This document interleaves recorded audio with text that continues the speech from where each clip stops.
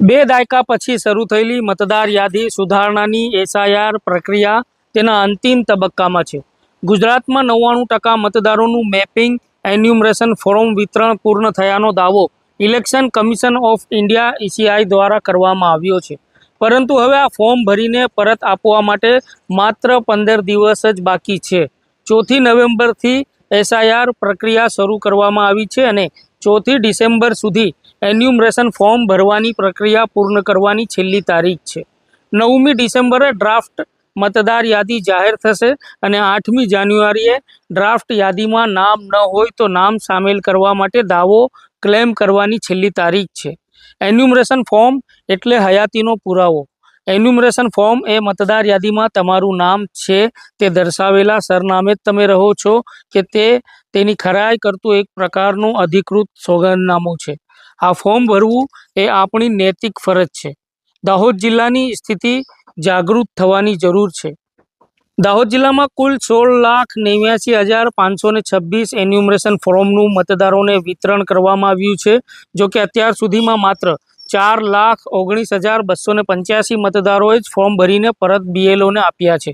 વિતરણ કરાયેલા ફોર્મ 16,89,526 અને પરત મળેલા ફોર્મ 4,19,285 છે. ત્યારે બાકી રહેલા ફોર્મ 12,70,241 છે. બાકીના 15 દિવસમાં આ 12.70 લાખથી વધુ ફોર્મ ભરવાના હોવાથી દરેક મતદારે આળસ ખંખેરીને તાત્કાલિક આ પ્રક્રિયા પૂર્ણ કરવી પડશે. તમારું ફોર્મ ભરીને પરત કરો.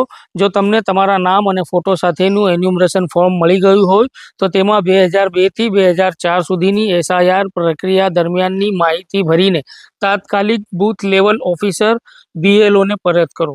જેમાં ફોર્મની 2 નકલો રાખો. એક નકલ BLOને આપો અને બીજી નકલ BLOની સહી કરાવીને તેને તમારી પાસે પુરાવા તરીકે સાચવો. તમે BLOની મદદ પણ ફોર્મ ભરવામાં લઈ શકો છો. જો તમને ફોર્મ ભરતા ન ફાવે તો તમારા વિસ્તારના BLOને મદદ કરવા માટે જિલ્લા ચૂંટણી અધિકારી દ્વારા આદેશ પણ કરવામાં આવ્યો છે. BLO ઘરે ઘરે ને બૂથ મથકો સુધી ફરી રહ્યા છે.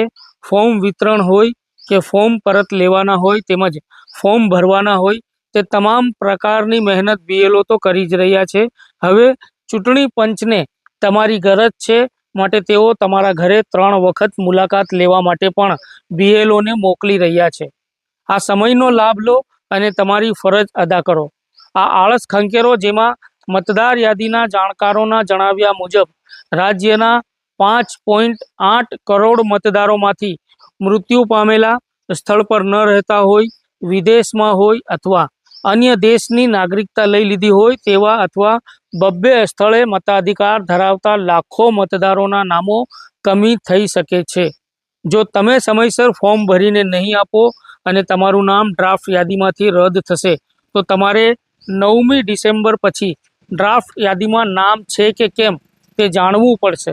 નામ રદ થયું હોય તો તમારે 8મી જાન્યુઆરી સુધીમાં તમારી ગરજ સમજીને ચૂંટણી અધિકારી સમક્ષ અલગ હયાતીના પુરાવા, માતા પિતા દાદા દાદીના પુરાવા સહિત આ તમામ વસ્તુઓ લઈને સુનાવણીઓમાં હાજર રહેવું પડશે.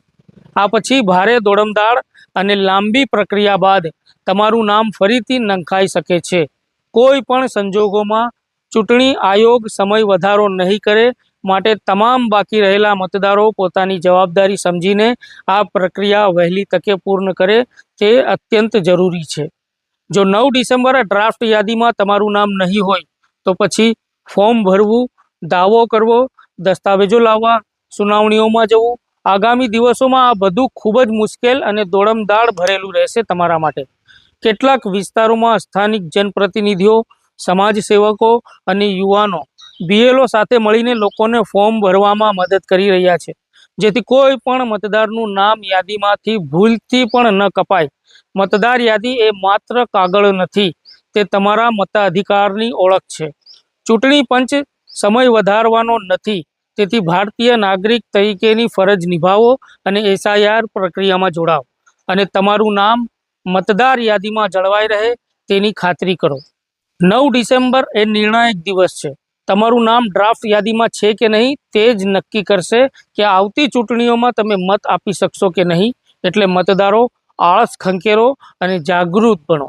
આપ જો આ વિડીયો યુટ્યુબ ઉપર જોઈ રહ્યા છો તો વિનંતી છે કે અમારી ચેનલને સબસ્ક્રાઇબ કરવાનું ભૂલશો નહીં અને બેલ આઇકન ઘંટડી જરૂરથી દબાવજો, જેથી અમારા દરેક લેટેસ્ટ વિડીયોની નોટિફિકેશન તમને મળતી રહે।